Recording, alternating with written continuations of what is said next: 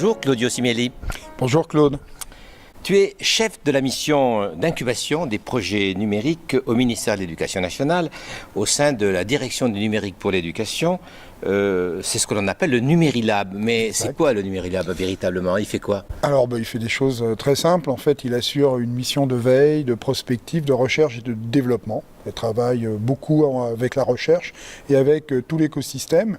Il lance des appels à projets auxquels répondent les académies avec un environnement qui est constitué de chercheurs, de collectivités et d'établissements et également d'entreprises. Et sur quel sujet vous travaillez actuellement? Oula, alors là, on a essayé de déterrer il y a quelques années déjà quelques sujets qui maintenant font l'actualité comme l'intelligence artificielle ou la blockchain, mais on travaille également sur les humanités numériques ou encore sur tout ce qui est ou ce qui a été abordé par André Tricot, que sont les compétences, que sont également tout ce qui est la collaboration.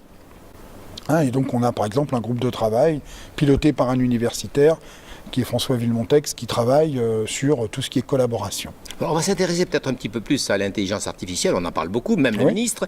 Et donc moi ce que j'aimerais savoir c'est comment c'est entré à l'Éducation nationale? Comment vous l'avez, je dirais, pisté, découvert quand? Alors on l'a découvert il y a 4 ans, enfin découvert c'est un grand mot, on avait des signaux faibles qui nous venaient à la fois de la recherche, notamment de différents laboratoires de Paris 6, et on a vu aussi également arriver cela par un certain nombre de sociétés de services qui proposaient au niveau international des services à valeur ajoutée, qui utilisaient l'intelligence artificielle, par exemple, pour aider les élèves dans un parcours de formation et mettre à leur disposition des exercices qui correspondaient à leurs besoins.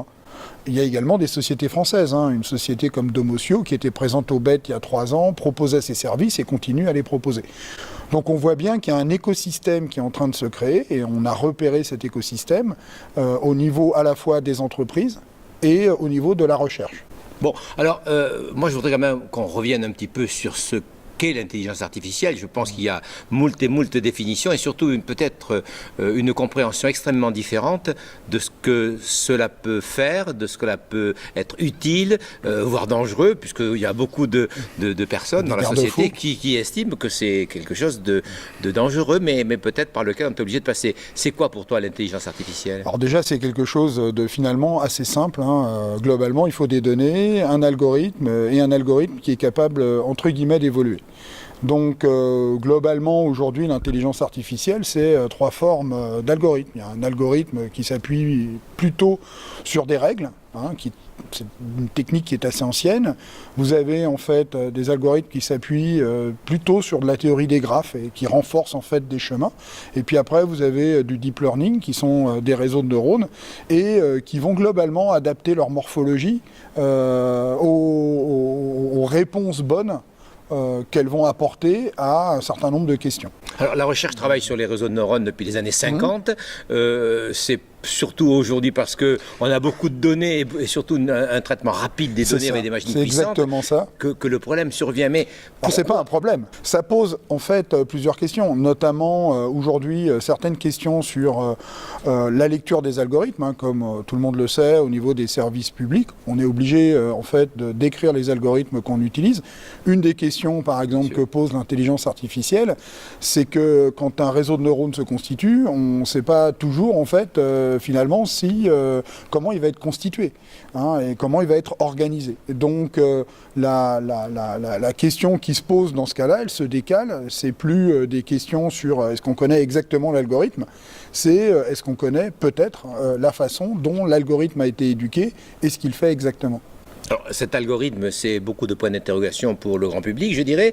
Au niveau de l'éducation nationale, c'est le big data des données sur les élèves, sur les profs et en particulier sur ces données pédagogiques qui peuvent survenir au niveau des classes. Est-ce que c'est un sujet qui est aujourd'hui à l'ordre du jour? Oui, c'est un sujet majeur. On a entendu la déclaration du ministre sur le renforcement finalement de la sécurité. Après, bien sûr, il faut faire les choses de façon très sécure, mais il ne faut pas s'empêcher non plus de les faire. Il y a de vraies questions. D'ailleurs, l'éducation nationale est l'institution qui utilise depuis plus d'1 siècle les données à caractère personnel alors, des élèves. Il faut expliquer ça alors.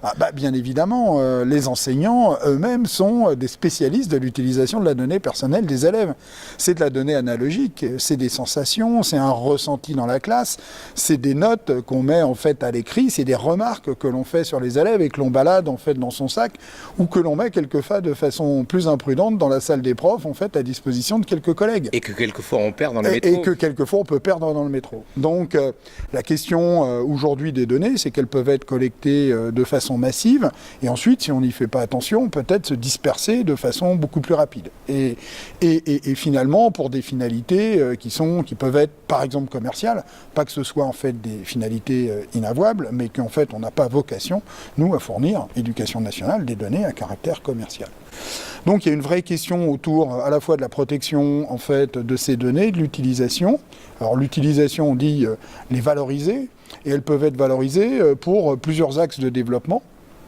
Peuvent être valorisées d'abord peut-être pour évaluer globalement le système éducatif ou les mesures que l'on prend, certes, mais elles peuvent être valorisées surtout pour aider les élèves et les enseignants dans l'action pédagogique, pour peut-être quelquefois anticiper un petit peu le besoin de l'élève, laisser l'enseignant maître de la décision, aider l'enseignant dans l'évaluation par compétences, aider peut-être à certains moments l'élève lorsqu'il a des difficultés, en essayant d'amener des fonctions un petit peu de coaching. Vous voyez, donc on voit que finalement l'intelligence artificielle, avec les capacités de traitement des données, d'ailleurs on n'est pas obligé de faire l'intelligence artificielle chaque fois qu'on traite des données, voilà, c'est une couche supplémentaire après de la modélisation qui va permettre finalement de faire des recommandations, par exemple, ou de faire des préconisations, ou de trouver des chemins. Mais d'abord, il y a du traitement de la donnée massive et on voit bien qu'on en est encore au balbutiement et qu'il faut trouver une sorte de voie qui établit un équilibre entre finalement la protection juste et normale des données, avec là aujourd'hui un attirail de protection qui est amené par le RGPD, notamment la nomination d'un DPO au sein du ministère. Directeur de protection de données. Alors pas directeur, mais c'est délégué, voilà, la protection des données. Et une organisation qui va se constituer certainement au niveau académique. Et derrière cela, l'utilisation des données qui peuvent être faites à la fois à des fins d'évaluation des politiques publiques, à des fins qui peuvent être de la recherche, mais également pour des finalités qui peuvent être en fait l'évaluation, pas l'évaluation, mais l'aide qu'on peut apporter aux élèves et aux enseignants. Et ça, il y a aussi besoin d'avoir des échanges avec les industriels qui construisent régulièrement, eux, et c'est leur métier, un certain nombre de dispositifs qui amènent des ressources et des services à disposition des élèves. Alors, l'utilisation de ces données donc, pédagogiques et éducatives des élèves, c'est un petit peu ce que l'on appelle, au service des enseignants, c'est un petit peu ce que l'on appelle adaptative learning, Oui, en fait, c'est une notion qui existe aussi depuis très longtemps. En fait, il y a deux notions. Vous avez finalement les learning analytics, donc l'analyse finalement des données à des fins de pilotage et du système. Ça peut être au niveau d'un établissement, au niveau d'un département, au niveau en fait d'un État. Le sens académique, c'est au sens anglo-saxon. Et vous avez l'adaptative learning qui n'est pas obligé par ailleurs de s'appuyer sur de l'intelligence artificielle uniquement. On peut en fait adapter des parcours d'enseignement ou des parcours d'orientation avec des systèmes finalement assez déterministes et avec des algorithmes classiques. Ce qu'amène très certainement dans ce domaine-là l'intelligence artificielle, et il faut pouvoir le mesurer. On travaille nous avec 3 laboratoires de recherche pour mettre au point en fait la façon dont on pourrait évaluer finalement la valeur ajoutée de ces algorithmes par rapport à des algorithmes classiques. Et également, en fait, proposer des jeux de données pour la recherche, voire en fait pour les entreprises, c'est-à-dire travailler à la mise à disposition de jeux de données significatifs qui sont par exemple complètement anonymisés, mais qui permettent de jouer des scénarios et par exemple de faire progresser des intelligences artificielles pour qu'elles constituent des modèles. Et la nouveauté, elle est là. Alors, la nouveauté, elle est là parce que finalement, ces algorithmes peuvent eux-mêmes s'adapter et peuvent évoluer et devenir finalement ou apporter des réponses de plus en plus précises et pertinentes. Donc l'intelligence artificielle, elle est un petit peu devant nous quant à son utilisation dans les classes, dans les établissements scolaires? Oui, je pense qu'elle est devant nous. Maintenant, il faut sortir d'un mythe. On est dans le domaine aujourd'hui encore de l'intelligence artificielle faible. C'est-à-dire qu'en fait, elle fait un certain nombre de tâches qui sont limitées. Il y a le rêve, vous voyez, dans un certain nombre de films, d'une certaine intelligence artificielle forte qui prendrait des décisions et qui prendrait des orientations par elle-même.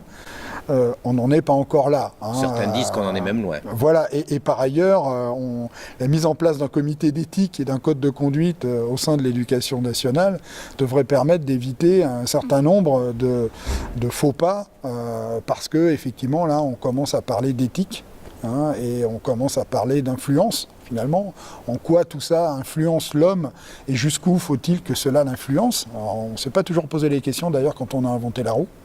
Mais maintenant, je pense qu'on en est à un niveau où il faut effectivement se poser les questions. Et par ailleurs, on fait un code de conduite pour que, quelque part, il y ait un petit peu ce respect de la protection des données qui soit entériné quand des industriels proposent un certain nombre d'applications en fait, pour l'éducation. Mais il s'agit des industriels, mais aussi en fait de nous, de l'institution elle-même, voire des différentes administrations qui traitent des données à caractère personnel, comme sont la nôtre, les collectivités ou d'autres. Merci beaucoup, Claudio Simili. J'espère que c'était clair. En tous les cas, c'est un domaine qui est extrêmement passionnant et qui, je pense, est un des domaines d'avenir en fait du XXIe siècle. Merci, Claudio. De rien. Merci, Claude.